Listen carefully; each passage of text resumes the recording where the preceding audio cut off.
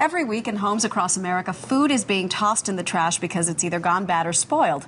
Consumer correspondent Susan Koeppen is here this morning to talk about the best ways to keep your food fresher longer and save some money in the process. Good morning. Good morning. So first, let's give everybody some perspective. How much food are we wasting every year? The average American family is throwing out 500 pounds of food, and that equals $1,200 a year that they're just throwing in the trash can. And that's because they don't know these tips that you got from experts at all these different industries, the meat, the produce, and the dairy. Right. Let's start with meat. The freezer is your friend. Right. So if we want to talk about things you should never freeze, canned foods and eggs in the shell. Never freeze those products. But when it comes to meat, you have your steak, your chicken, perfectly fine to freeze these right in the package that you bought, from the store. But look what it looks like. Look at all that freezer burn. Well, freezer burn will not ruin the meat. It'll just make it dry in spots. But the better way to go is to put the meat, individually wrap it in foil, put it in a freezer bag, and then put it in the freezer. I'm very surprised because when I wrap it in foil, I have so much trouble getting the foil off. But that's what they suggested. That's what they suggest. And steak,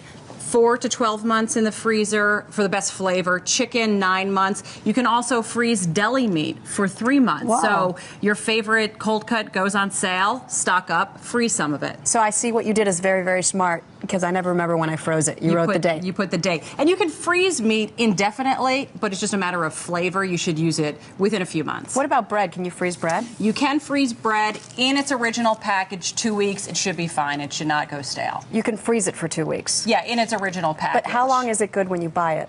When you buy it, you should keep it on the counter, I learned, not in the fridge. The fridge will induce staleness. Oh, I always keep it in the fridge. I'm learning a lot already. Let's move to produce.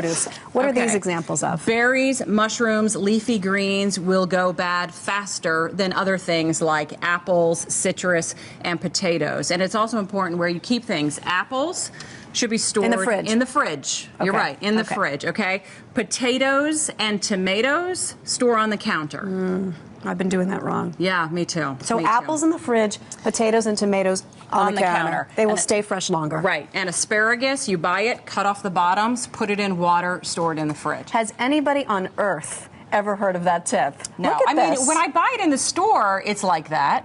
In my store where I shop, they have it in water, so it makes sense if I bring it home. That's the way I should store it. Cut off the bottom like you do with your fresh flowers, put it in water, and then put it in the fridge. Yeah, okay, what and about then cut up your fruit? fresh fruit, it can go brown, so you take some lemon juice, orange juice, just sprinkle it on top, and it'll keep it from browning. You want to start with milk? We can start with milk, How do sure. you keep milk fresher longer? Milk should be stored in the back of the fridge, not in the door. It'll be colder in the back. The flavor will last longer. Also, if you buy a container that's non-translucent, your milk will last longer. The flavor will be there longer. Here's what I've noticed. Sometimes it's not even close to the date of expiration, but it already smells funny to me, so I toss it. So you toss it. I mean, it's better to be safe than sorry for any of these products we're talking about. If you're not sure, toss it out. But these are some of the great tips that we learned. Let's get to cheese. So with cheeses, the way you store your cheese in a baggie wrapped in wax paper and actually use that drawer where you're supposed to put your cold cuts and your cheeses. If you have hard cheeses like Parmesan or cheddar and you see mold, you can cut the mold off and still eat the other part of the cheese. Nasty, really? Yes. But if you see mold in stuff like cottage cheese or cream cheese, if it's a soft cheese, toss it right away. It's easy to spread. So mold, not a problem with hard, but with soft, it's got to go. Exactly. All right, yogurt. And then yogurt should be good a week after its use by date. Oh. Yeah. Learned a lot, Susan. Thank you so much. A lot happens early on The Early Show, weekday mornings on CBS.